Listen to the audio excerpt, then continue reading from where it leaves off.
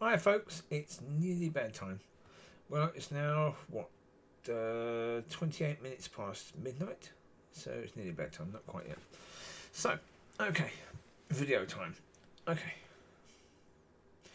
Again, I've had conversations with people on that video title about the Old Testament not being R,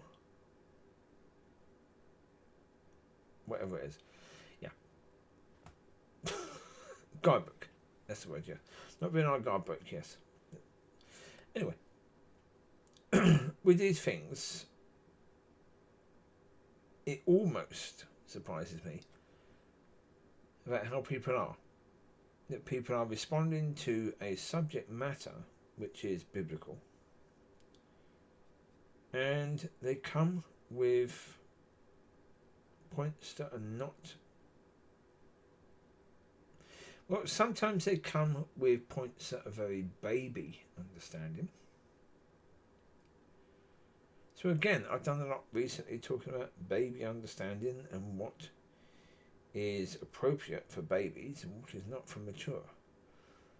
And so many people come with baby understanding. And yeah, if you really ask these people how long have they been with God, they'll probably say 20, 30 years. And they still have very immature baby understanding. And the reason is because the world is how it is when they prefer lights, where they prefer this point about my truth, where they take opinion and they've made opinion their truth now. So their truth is equal to truth in their own understandings.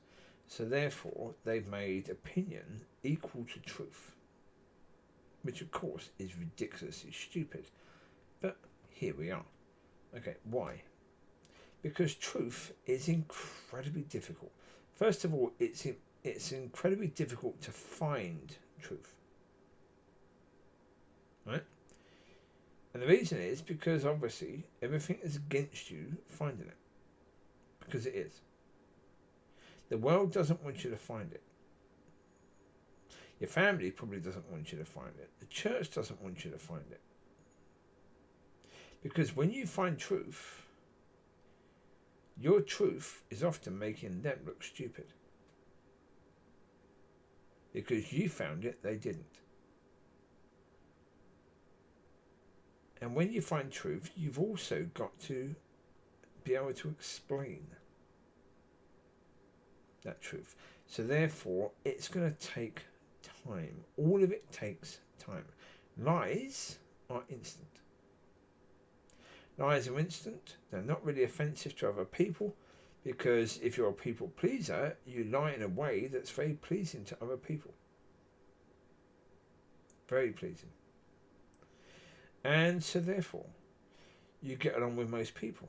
If you're a speaker of truth, then no, you're going to offend people. Someone who speaks truth will always have had offending people. Always. But now it's even more the case.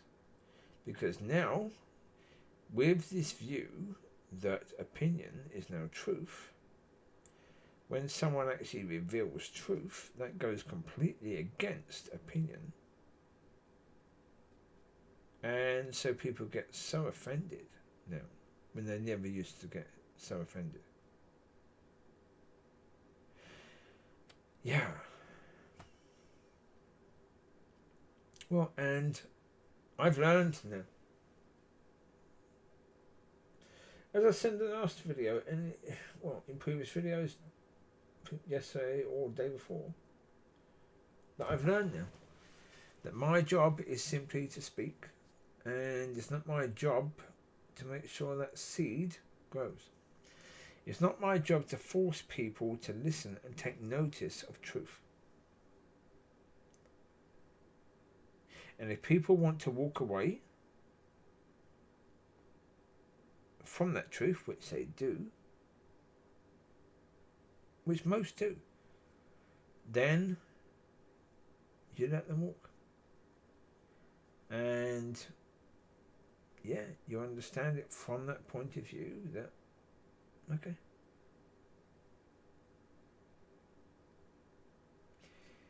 That was their decision, but they made it.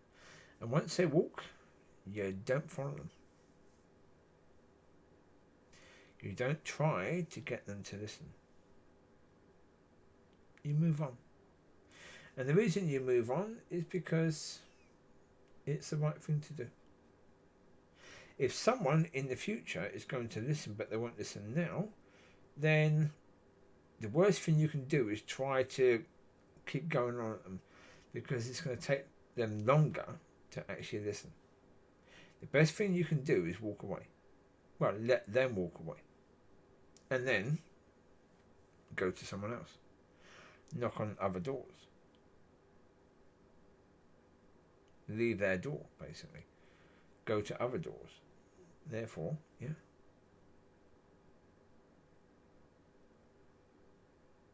Then in the future, if they want truth, they come to you.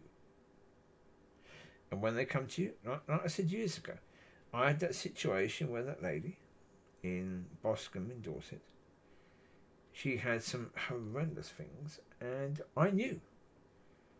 Because God was telling me, you can't do anything with her, prayer-wise, until she's ready. She has to be at that point where she is chasing you down because she's that ready. And it's the same with people that if they have walked away, for them to come back into a position where they can receive, they've got to do all the chasing. And you've got to test. Not for your sake, for theirs, that they're ready. Because someone who's not ready will not receive. They won't. They can only receive when the ground is good.